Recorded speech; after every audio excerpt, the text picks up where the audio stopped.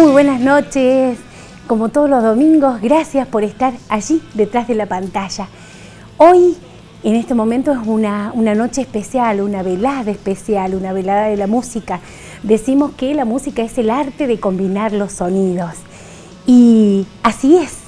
Hoy tenemos aquí a una persona que de verdad que para mí es un placer, con un currículum importantísimo. Es directora artística de la Orquesta Sinfónica Infanto-Juvenil de la provincia de Salta.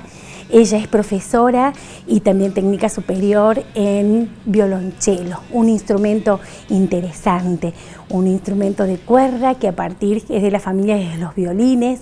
Y bueno, nos va a contar su vida. Está acá con nosotros Carolina Pineda Andrade. Gracias por venir, un placer. Hola, buenas noches. Muchas gracias, Lori. Por favor, un placer. Contame un poquito tu infancia, dónde naciste, tu edad. Bueno, ay, la edad no la digo nunca. Bueno, yo nací en La Plata, soy hija de músicos y cuando tenía 11 años mis papás decidieron irse del país. Mi papá en ese entonces era músico de Beto Orlando, un cantante, bueno, de los años 70 por ahí. Y él siempre estaba de gira, entonces yo veía eso y bueno, me conquistó la música porque lo veía en casa, era algo muy natural. Mi mamá también tocaba el piano. Ay, qué lindo. Y con 11 años, después de unas giras que mi papá enganchó en Japón, eran unas giras muy sacrificadas porque estábamos 6 meses sin verlo. Y bueno, venía, se iba 6 meses, venía un mes. Y al final se cansó de esa dinámica familiar, porque es muy sufrida. Y nos fuimos a ir a Tenerife, porque mi abuelo era de las Islas Canarias. Había venido de Polizón, viste, después de la Guerra Civil Española. Sí. Realmente hubo mucha hambruna y muchos emigraron, que de hecho todos somos descendientes, ¿no?, de italianos, sí, de españoles.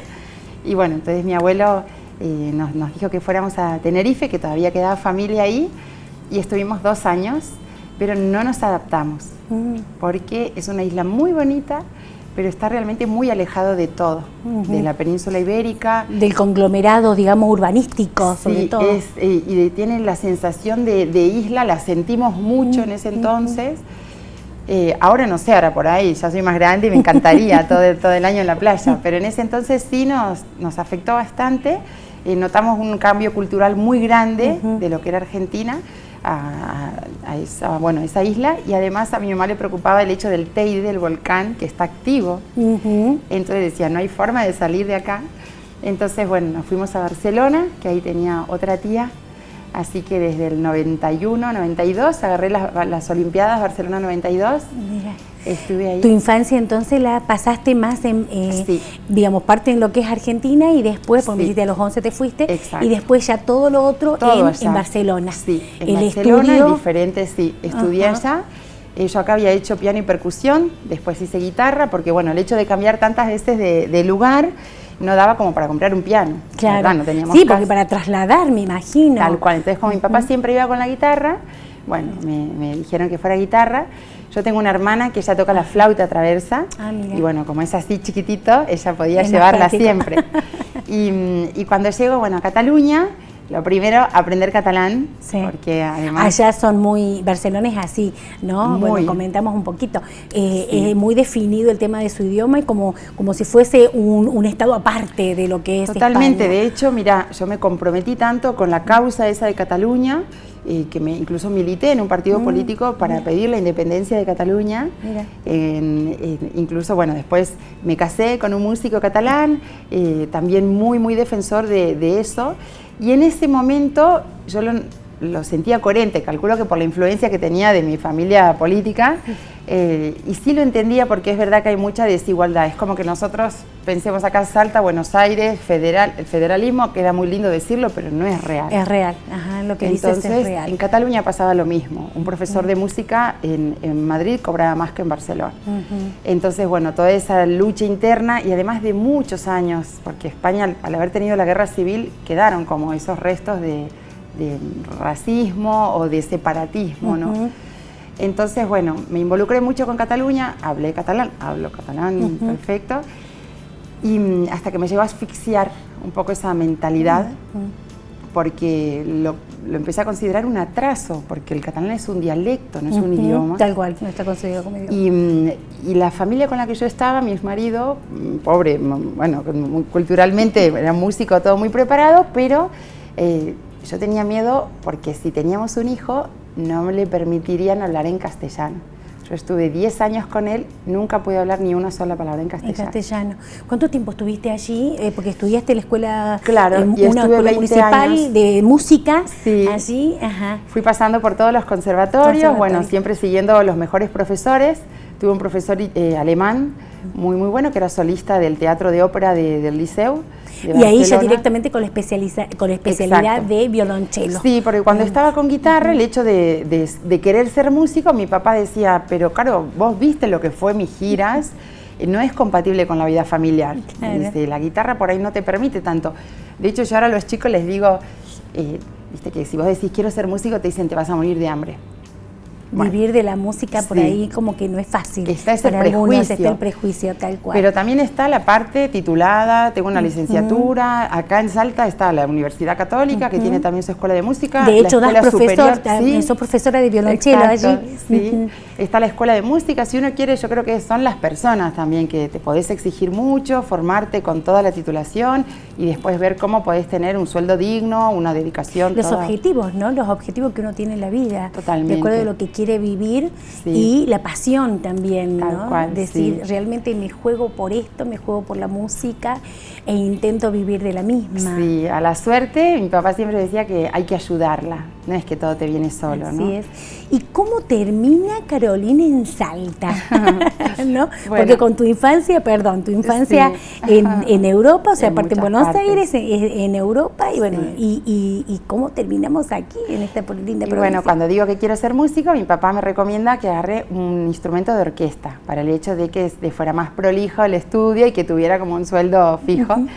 Entonces, en ese momento había un profesor, como te decía, muy bueno, alemán, que querían buscarle alumnos para conservarlo en ese conservatorio, porque era fuera de serie el hombre. Entonces, si me inscribía, me daban el violonchelo. Ah, mira. Entonces, bueno, me mandaron ahí y al principio no quería saber nada, ni yo con él ni él conmigo, porque yo tenía 14 años y me dijo, sos muy vieja para mí, no te puedo recibir. O sea que de pedagogía tenía un poco y nada, sí, el profe muy bueno como músico, pero... De hecho me hizo sufrir tanto. Mira. Que yo por eso soy tan divertida en las clases. Claro. Porque no quiero que nadie sienta lo que no yo sentía. No repetir la historia. Sí. Está bueno. Entonces, bueno, me empezó a exigir mucho y me dijo, no, de ninguna manera. Me hizo prometerle que iba a estudiar 2 horas todos los días. Se lo prometí y a los 6 meses me dice, no llegamos. Antes de los 20 años tenés que dominar el instrumento, no da físicamente los tiempos porque esto es una destreza, es como un deporte de alto rendimiento que uno tiene que vencer las cuestiones cognitivas de coordinación físicas, más todo el colegio, la secundaria, toda la vida, digamos, ¿no? Entonces me dijo 5 horas diarias y bueno, saqué horas de sueño de donde pude, solo para taparle la boca, ¿viste? Y bueno, entonces terminé la carrera, después me felicitó mucho, por supuesto, porque bueno, conseguí el objetivo. Y allá gané, bueno, concursos, entré en una sinfónica, también dirigía una escuela de música cerquita de Barcelona, en Salou, la Costa Dorada. Y hacía un poco lo mismo que acá, siempre con conciertos, también enseñando a chicos. A ver, ¿en qué año fue? Creo que fue en el 2007, conozco a Luis Gorelick, que era el director titular de la Sinfónica de Salta. En la Sinfónica donde yo estaba teníamos directores invitados y lo que te hablaba un poco de esa, voy a decir con cariño, estrechez mental del idioma. Vienen y me dicen, Caro, viene un director argentino que no sabe catalán. Y haces de traducción. Claro, fíjate si podés contenerlo y en las pausas del ensayo hablar con él para que entienda, ¿no? y traducirle. Y así fue, empecé como a traducirle las 2 semanas que estuvo y me dijo, yo estoy en Salta, si querés venir de invitada, me dice, te puedo invitar. Y vine en el 2007 por primera vez y me encantó. Quedaste fascinada. Todo el mundo queda fascinado con la provincia que tenemos. Sí. Aparte nosotros también como provincia tenemos grandes poetas y cantores, ¿no? La música, increíble, ¿en qué hogar cultura no? Que hay. Claro, ¿en qué hogar no hay o no se escucha música o un instrumento? Sí, Y hay mucha gente que no se dedicó, pero que tiene muchísimo talento. Esos guitarreros de asados que hay tienen un talentazo. Ya se nace como que algo en la genética, totalmente, seguramente, ¿no? Salta. Y mirá, en la Sinfónica, después en el 2010 concursé y bueno, desde entonces estoy acá.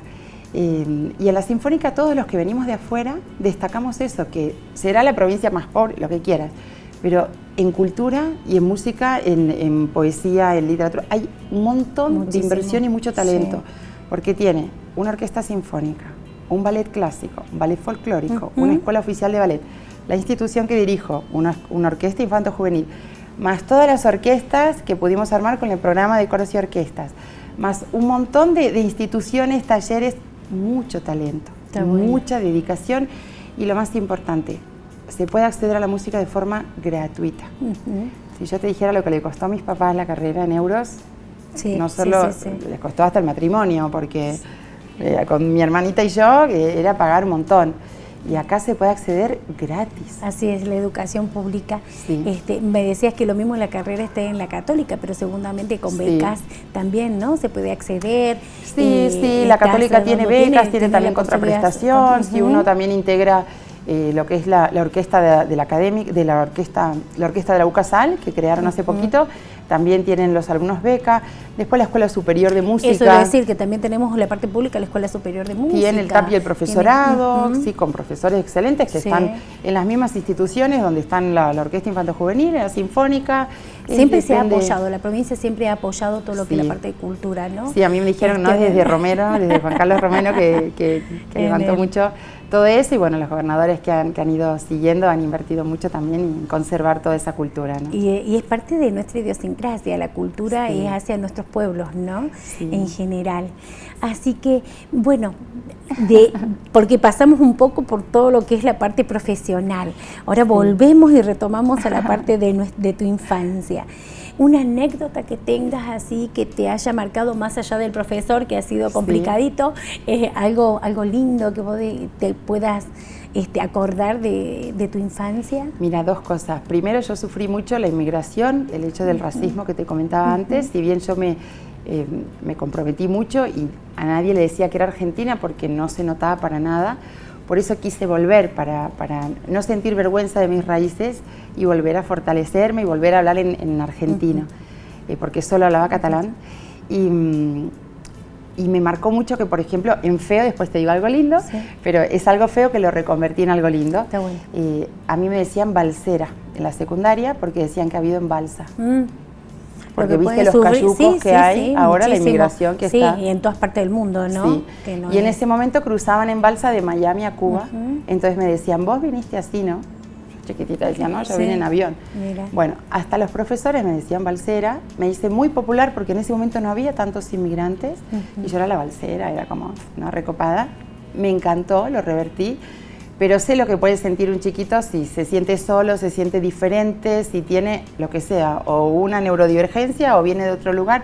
Sé perfectamente lo que siente. Porque vos lo viviste, lo pudiste vivir. Y lo canalicé con el instrumento. Porque yo me sentía rara, me iba y me encerraba a tocar. Y no me entendía con nadie, me iba a tocar. Y entonces, y al instrumento le decía, vos sí me entendés. ¿Viste? Hice toda la carrera con instrumentos prestados, porque tenía un profesor tan exigente que no me permitía comprar un instrumento de estudio, tenía que ser el mega violonchelo, carísimo, mis papás nunca llegaban a esa cifra, entonces dije, bueno, con mi primer trabajo me lo compraré. Consigo un trabajito ahí en una escuela de música y mi profesor me apuraba con que necesito el violonchelo que te presté, porque él también me llegó a prestar, tenés que comprarte uno, mañana vamos a elegir uno, vos tenés dinero, ¿no? Yo decía, sí, me daba vergüenza decir no. Claro. Entonces yo hice todo el cuento de que sí teníamos en mi casa para comprar. Fui al negocio con mi profesor, probamos violonchelos y me dijo, venís mañana y lo pagás. Era una barbaridad de dinero en ese momento, era más de 5.000 euros, no lo tenían mis papás. Yo llegué a casa, no dije nada, dormí horrible, imagínate. Sí, una presión, la presión mucha. que Yo tenía 18 años, pero ya estaba trabajando. Y bueno, al día siguiente dije, bueno, voy al negocio y doy la cara, digo que no puedo, que ya lo compraré. A mi profesor después pensaba cómo le decía. y cuando voy viste la libreta que vas al cajero para que sacaba para el billete de tren, porque tenía que ir en tren a Barcelona, y escucho el ruidito de la impresión, viste que te hace te saca el papelito y decía que tenía 4.995 euros. Mira. Entro a preguntar, porque dije, no, se equivocaron. Y me dice, sí, de esa escuela de música te pagaron aguinaldo, ahí aprendí lo que era el aguinaldo. Me pagaron aguinaldo, atrasos, compensatorios, no sé qué, y llegaba esa cifra. Era sí o sí para vos ese momento. Así que fui a mi mamá a pedirle 10 euros, 5 para completar y los 5 que me costaba el tren, ida y vuelta, y fui y lo pagué. Y nunca tuve que decir que no tenía dinero para pagarlo. Realmente. Así que ahora le digo a los chicos, créanme, en algún lugar el karma, el universo sabe si se esfuerzan y de verdad aparece solo. Pero hay que esforzarse mucho, ¿no? Así es, disciplina, ¿no? Y sobre todo, bueno, en la música y en lo que haces, lleva mucho, que recién decíamos, vos podés tener el don, pero siempre acompañado con la disciplina, en todos los órdenes, ¿no?, de la vida. Sí. Mira, siempre hay una frase que decimos, Beethoven decía que el talento era 97% estudio y 1% de suerte. El estudio realmente, yo creo que si uno tiene talento, estás obligado a estudiar para aprovechar el talento que tenés. Tal cual, ese. Entonces, cuanta más facilidad tenés, que la facilidad es relativa porque siempre hay más exigencia. Por ejemplo, un pasaje lo podés tocar cada vez más rápido y más rápido y más rápido y más rápido y es hasta donde te llegue la mano. O la expresividad lo mismo, ¿no? ¿Cuánto de expresividad podés siempre desarrollar o buscar colores y a su vez, como decíamos que tiene tanta implicación física, 1 o 2 días que no toque, ya cuando lo agarro me siento más dura, o sea, es muy exigente físicamente, mentalmente. Entonces, como es muy difícil mantener ese nivel siempre, es que uno tiene esos bajones, pero siempre tenés que estudiar, entonces la autoexigencia y la disciplina siempre te acompañan. Juega. Y la culpa, ¿no? Porque si estoy mirando la tele, digo, ay, tendría que estudiar. Ese tiempo que te decís de ocio debería estar con la disciplina. Que yo a veces pienso y digo, en las otras profesiones también pasará esto, o siempre, sea, el médico también, pero sí. En todas las cosas. Volvemos, yo trato de volver a la parte esta de personal, ¿no? Papá, mamá, ¿todavía viven? ¿Los tenés con vida? ¿Están viven. Mi papá músico de cruceros, de una compañía de cruceros. Sigue con la música, sigue con la música, sí. Y mi mamá vive en Barcelona con mi hermana nunca más quiso volver. ¿Fuiste la única que fui la única y mira mi ignorancia, que Europa es muy chiquitita y tiene vuelos, viste, de bajo coste, que uno puede viajar con vuelos o trenes, o sea, los medios. No puede recorrer mucho, te da el dinero y el tiempo como para hacerlo.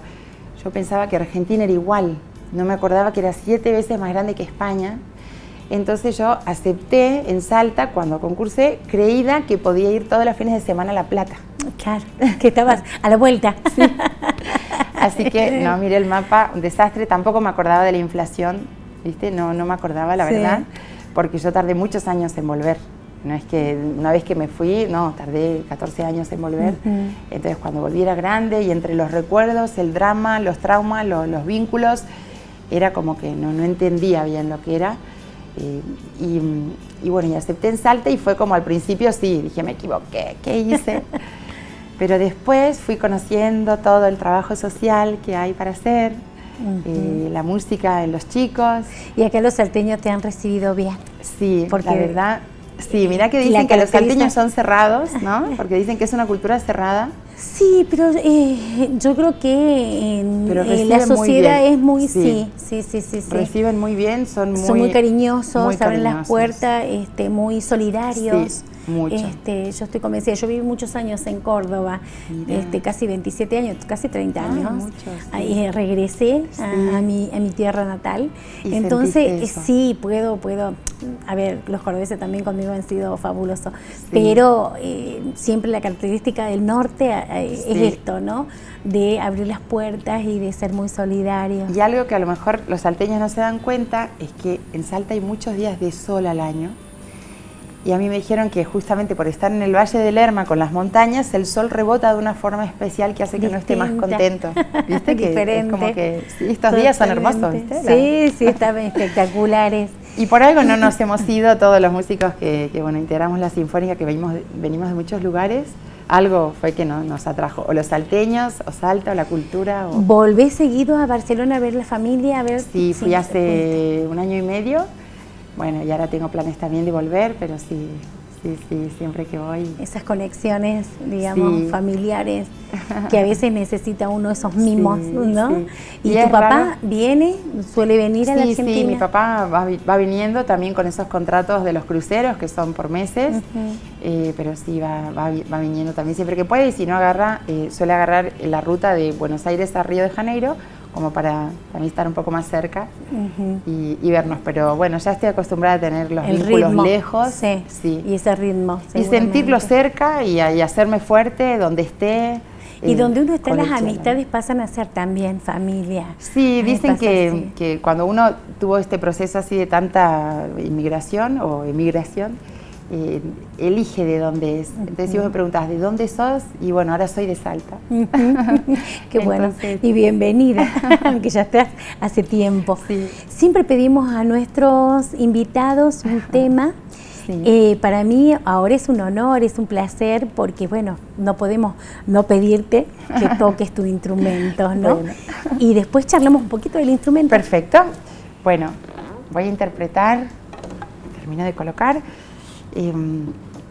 Mira, como decíamos, de Cataluña, yo soy muy agradecida, así como le estoy ahora a Salta de cómo me recibió, también Cataluña en su momento, y un violonchelista de este instrumento, violonchelista muy conocido, muy importante, que significó mucho para lo que es Cataluña, fue Pau Casals en catalán. Él llegó hasta tocar en la ONU y en la Casa Blanca. Fue a tocarle cuando estaba Kennedy de presidente, mirá, porque él lo que decía era que, bueno, que los países se tienen que entender, no tiene que haber guerras, y así como el deporte y la música son herramientas para unir esas conectores. Totalmente. Bueno, él hizo muy conocido como el segundo himno de Cataluña, después del himno del Segadors, sería esta canción que es El cant dels ocells, que en catalán sería, bueno, la traducción, el canto de los pájaros. Bien, te escuchamos.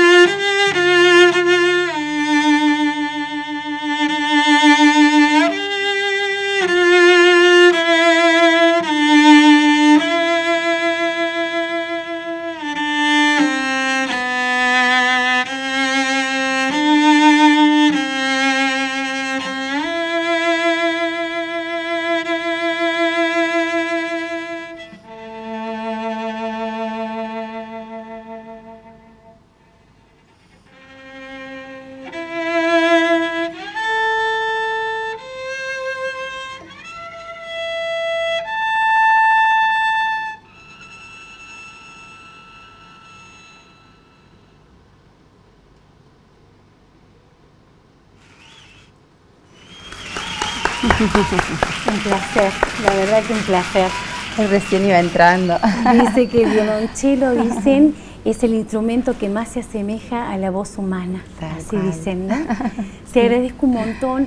El tiempo se nos va agotando. ¿Y qué le dirías esta Carolina de ahora, actual, a la Carolina de 11 años que se fue a Barcelona? Bueno, que sea fuerte. Sí, le diría a mi Carolina interior y a la chiquitita que todo pasa por algo, que todo se va a acomodar. A mí nunca me dijeron que no íbamos a volver al país y me fui dando cuenta conforme iban pasando los años. Y bueno, que todo enriquece. Yo estoy muy agradecida a toda esa cultura que tuve. Fue dolorosa porque dejé atrás familia, abuelos, primos. Pero ahora que vine y el estar con la música y con tantos chicos, entiendo la misión que la vida tenía preparada para mí. Es hacer que muchos chicos de Salta tengan acceso a la música y bueno, y que sientan lo que yo sentí. Seguramente. Gracias, un placer, la verdad. ¿Y podemos decir que has vivido a tu manera hasta aquí, Carolina? Totalmente. Has vivido a tu manera. Sí. Muchas gracias. Muchas gracias, la verdad que un Lola. placer. Y bueno, y a ustedes les digo, un domingo más aquí en A Mi Manera. Los esperamos el próximo domingo. Gracias. Vivir a mi voz. Ese fui yo.